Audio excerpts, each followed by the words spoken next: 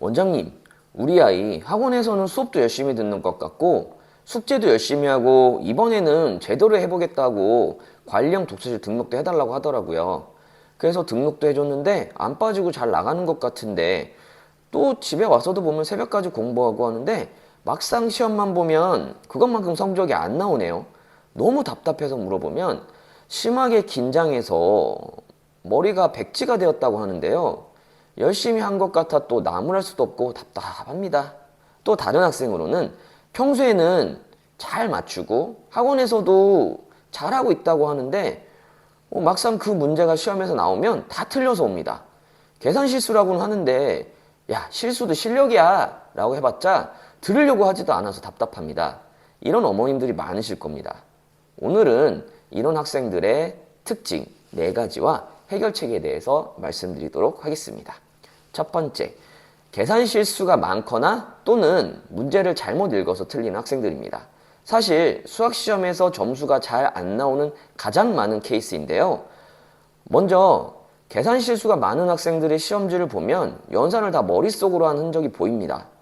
또는 풀이가 중구난방되어 있습니다. 예를 들어서 분배 법칙을 해야 할 부분들을 전개를 안 하고 암산하다가 답이 틀리거나 2 곱하기 4인데 이게 긴장이 되니까 6으로 계산하는 등등의 실수들이 눈에 보입니다.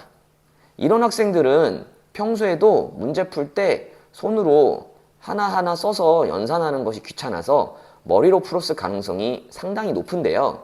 이런 친구들은 공책에 강제로 하나하나 쓰기 시켜야 합니다. 여기저기에 쓰는 학생들도 정성 들어서 정돈돼서 쓰게 하는 연습들을 좀 시켜야 합니다. 그러면 학생들은 분명 이런 말 할 겁니다. 이거 하나하나 쓰면 시간 더 걸리지 않아요? 나는 시간 단축하려고 암산했는데? 그러면 맞췄어야죠. 그 학생들 그렇게 아낀 시간을 다 어디에 쓰냐면 자기가 풀지도 못하는 문제들 그거 보느라 시간 다 낭비하고 있어요. 결국 그 어려운 문제는 풀지도 못하고 계산 틀린 것도 못 잡고 결국 2배로 다 틀리게 되죠. 차라리 자기가 못 풀겠는 문제보다는 차분하게 풀었던 문제를 계산을 한 번 더 되짚어보면서 검토를 하세요. 그 다음은 문제를 잘못 읽거나 제대로 읽지 않아서 틀리는 학생들인데요. 답을 2개 찾으라고 했는데 하나만 찾는다거나 틀린 걸 고르세요 했는데 맞는 걸 고른다거나 그렇게 틀린 학생들 너무 많이 봤습니다. 이 학생들은 평소에 푸는 걸 보면 그 문제의 포인트가 되는 부분에 표시가 안 돼 있는 경우가 너무 많아요. 그런 것들에 자기의 문제점임을 인지하고 그 다음에는 실수를 줄일 수 있도록 그런 방안을 마련해야 됩니다. 자기가 알아볼 수 있게 네모칸을 굵게 친다든지 밑줄을 굵게 그는다든지 별표를 친다든지 이런 식으로 자기가 인지할 수 있도록 똑같은 실수를 반복하지 않는 방안을 마련해야 하겠습니다. 2번째로 시간이 부족했다고 하는 학생들입니다. 문제가 계산이 복잡해서 너무 시간이 모자랐다고 얘기하는데요. 이 학생들은 솔직히 말씀드리면 문제에 미련이 많은 학생들이 대부분입니다. 평소에는 내가 잘 풀었던 문제야. 근데 갑자기 시험 때 되니까 이게 안 풀리네. 일단 별표를 치고 넘어가죠. 근데 계속 미련이 남아요. 다른 문제를 풀고 다시 옵니다. 그러다가 또 푸는데 안 풀려요.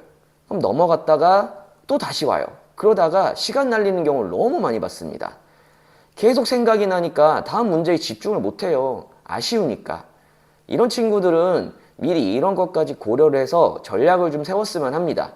문제가 막혔다 그러면 그냥 미련 없이 과감하게 넘어가세요.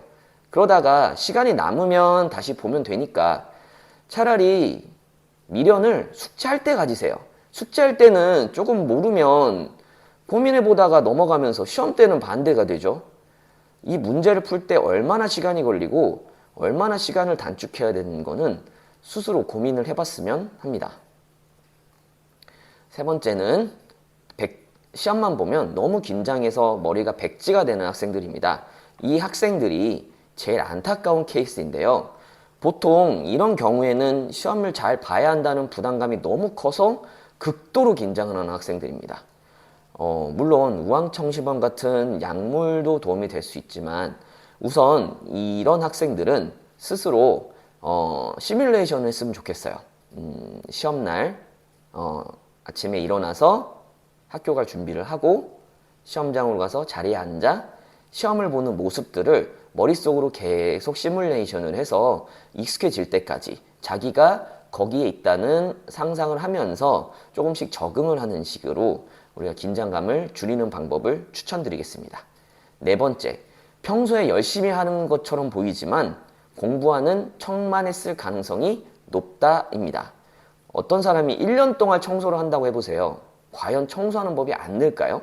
하물며 요리를 한 번도 해본 적 없는 사람을 1년 동안 요리를 시킨다고 해보세요.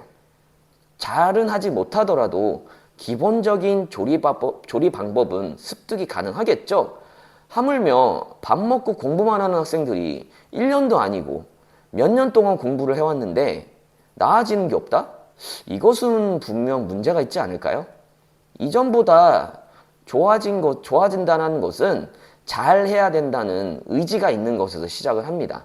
누구는 헬스장에 가서 1년만 해도 몸이 좋아지는데 누구는 3년을 가도 몸이 그대로인 사람이 있죠. 왜냐하면 이 사람은 몸이 좋아지고 싶다는 희망은 있는데 의지는 없는 것입니다. 10시간 앉아서 공부한다고 했을 때 과연 이 학생이 실제로 집중한 시간이 얼마나 될까요? 아마 길지는 않을 것입니다. 그리고 보통 공부하는 법을 모르면 문제 풀다가 잘 안 풀리면 해설을 보겠죠? 아, 이렇게 푸는구나 이해하고 넘어갑니다. 근데 이 이후에 자기 것으로 만들려고 하질 않아요. 원래 숙제라는 것이 그날 배운 것들에 대해서 검증이 되어야 하는 건데 빨리 끝내려고 했다 안 했다 이런 걸로만 구분 지으려고 하죠. 숙제를 했는데 선생님 어떤 부분이 잘 안 됐어요? 혹은 이렇게 풀었는데 더 쉽게 푸는 방법이 없어요? 이런 질문들이 나와야 하는데 그리고 그에 맞는 선생님이 피드백을 줄 수가 있는데 조금 생각해보고 바로 안 풀리면 별표 치고 넘어가는 이런 식입니다. 그러니 풀 수 있는 문제만 계속 풀고 못 푸는 문제는 끝까지 못 풀죠. 아니 풀었던 문제도 다시 풀면서 풀이 과정을 익숙해져야 하고 그리고 풀이를 줄일 수 있는 효과적인 방법을 연구를 해야 되는데 다시 안 봐요. 그러다 시험 때 같은 문제가 나오면 갑자기 안 풀리죠. 왠지 아세요? 변형됐으니까. 그런 친구들은 공부할 때 내가 어떤 문제를 어떻게 풀어야 되는 식이 아닌 내가 오늘 공부를 하러 왔어. 그러면 난 인수분해를 해야겠어. 그러면 그냥 인수분해 몇 장 해야지 이게 아니라 오늘 몇 번부터 몇 번까지 풀어야지가 아니라 나는 오늘 인수분해 연산 연습을 제대로 할 거야. 또는 나는 오늘 2차 방정식을 할 건데 나는 근해 공식의 변형에 대해서 제대로 연습을 할 거야. 등의 계획을 세우면서 그에 맞춰서 공부를 했으면 합니다.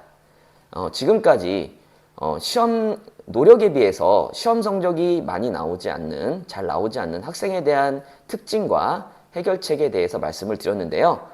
이 외에도 학업에 관련해서 궁금하신 사항이 있으면 언제든 연락 주시고요. 저는 다음에 다른 주제로 또 찾아뵙도록 하겠습니다. 지금까지 대치동 장선생 장대치였습니다. 감사합니다.